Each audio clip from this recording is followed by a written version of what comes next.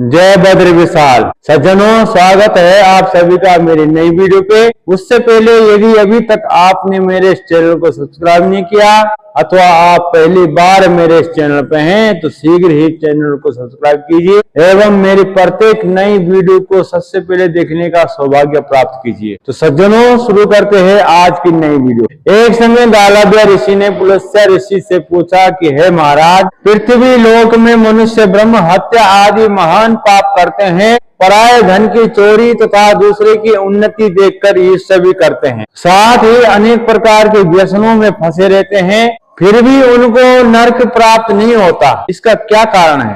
वे न जाने कौन सा पुण्य दान करते हैं जिससे उनके पाप नष्ट हो जाते हैं। यहाँ सब कृपा पूर्वक आप कहिए। पुलस्त्य मुनि कहने लगे कि हे महाभाग, आपने मुझसे अत्यंत गंभीर प्रश्न पूछा है। इससे संसार के जीवों का अत्यंत भला होगा।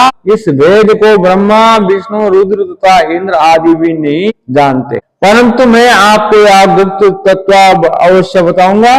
उन्होंने कहा कि माघ मास लगते ही मनुष्य को स्नान दान आदि करके शुद्ध रहना चाहिए। इंद्रियों को वश में कर काम, क्रोध, लोभ, मोह, अहंकार, ईर्ष्या तथा द्वेष आदि का त्याग कर भगवान का स्मरण करना चाहिए। पुख्य नक्षत्र में गोबर, कपास, तिल मिलाकर उनके कंडे बनाना चाहिए और उन कंडों से 108 बार हवन करना चाहिए। उस दिन मूल नक्षत्र हो और एकादशी तिथि हो तो अच्छे पुण्य देने वाले नियमों को ग्रहण करें।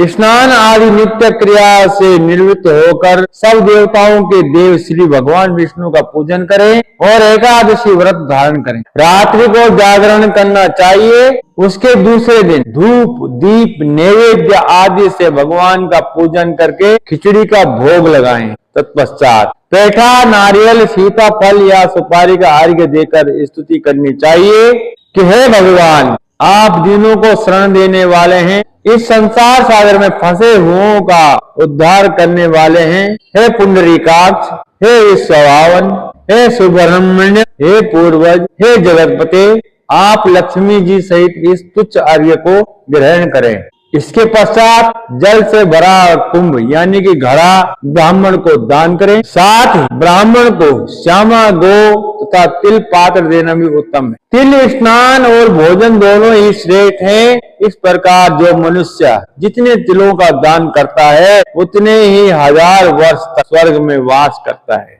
सज्जनों, तिल स्नान, तिल का उपटन, तिल का हवन, तिल का तर्पण, तिल का भोजन और तिलों का दान, ये